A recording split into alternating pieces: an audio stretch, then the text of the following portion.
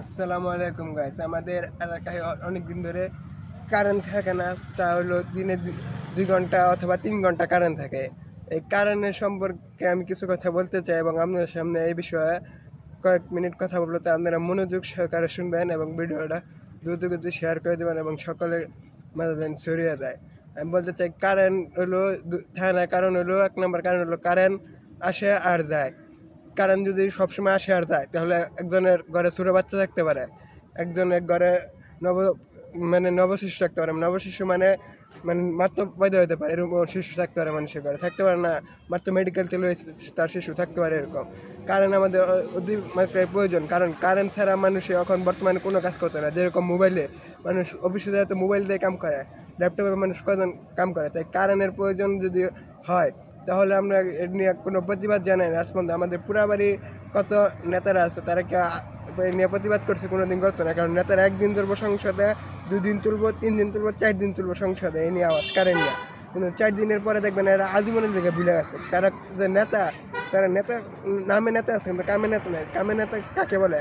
যারা হলো কারেন্টের সমস্যা দেখবে এবং কার ঘরে বৃদ্ধ লোক আছে, কারা ঘরে শুয়ে আছে, কার কী সমস্যা আছে এটা কেউ দেখে না। একটা নেতা বলতে পারবে যে আমরা এই কারেন্টের জন্য অনেক কিছু করছি, অনেক উপকারী করতেছে, এই কারেন্টের অফিসে নিয়েছে, অনেক কিছু করছে। আজ পর্যন্ত কোনো নেতারা আপনি দেখছেন? কোনো নেতার কাছে পর্যন্ত মোবাইলে বলতে দেখছেন কোনো দিন যে নেতারা বলতে পারবে যে আমরা কারেন্টের জন্য এতটুকু কাম করছি, এতদিন এই করছি সংসদে, এটা তুলছি কথা সংসদে, এই নিয়ে আমরা এই নিয়ে বিষয়ে আলোচনা করছি, কিন্তু কোনো দিন করতো না নেতারা। কারণ ঘুরে ফিরে দেন গায়ে আমজনতা মানুষরা এই কারেন্ট নিয়ে প্রতিবাদ করে। আমজনতা মানুষ কীরকম? যারা হইলো দিনে আনে দিন খায়, তারাই কারেন্ট নিয়ে প্রতিবাদ করে, কিন্তু নেতারা কোনো দিন কারেন্ট নিয়ে প্রতিবাদ করবে না। কী কারণে প্রতিবাদ করবো না? তারা কোন জায়গাতে টাকা মেরে খেতে পারবো, কোন জায়গাতে চাঁদা তুলে খেতে পারবো, কোন জায়গাতে তারা কোন জায়গাতে মানুষের কাছে একটা ফ্যামিলি কার্ডে অর্ডার দিয়ে 10টা ফ্যামিলি কার্ড তাদের কাছে রেখে দিতে পারবো, এরকম করে টাকা খেতে পারবো।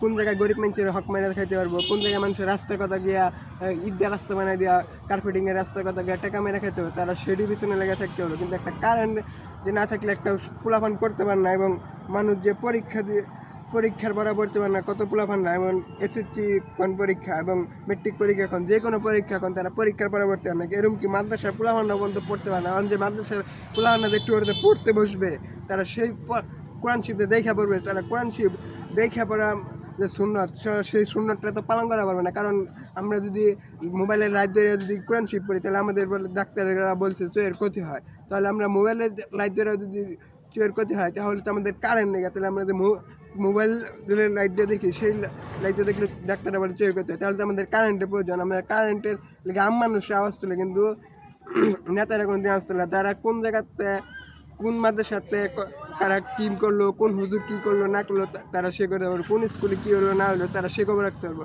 আপনি অনেক জায়গায় রাস্তা উদ্বোধন করবেন, নগদ হইব।